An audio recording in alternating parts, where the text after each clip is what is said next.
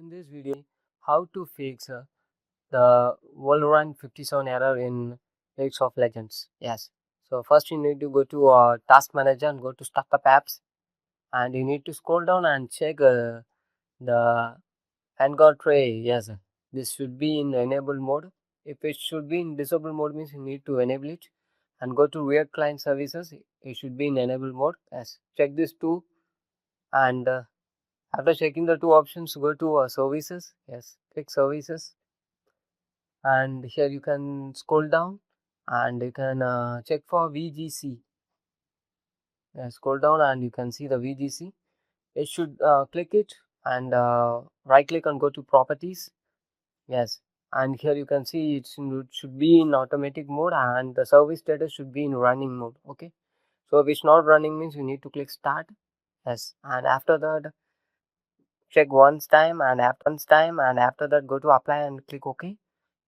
Yes, and again go to restart it. Yes, sometimes it will not start, so that why you need to restart it, and after that go to Windows update setting. Yes, in this you need to check Windows any update is available or not. Yes, if its update is available and installation is pending means also sometimes error will occur. So this is why you need to install and update the driver and system. Yes, so check for update is up to date. Okay, then after you need to go back and open the Riot client, and in the right corner top side you can see the profile. Yes, click it. Yes, click it and go to settings.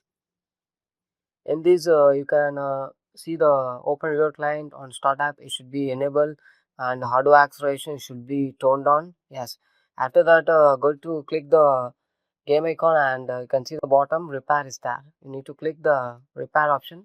The game icon is in the left side. Okay, and start repair. Yes, you see your game is good to go and there is no repair, is needed. Okay, so this should be in this format. Okay, so after that you need to go to system configuration. Yes, you need to click the system configuration, and here you need to click the services.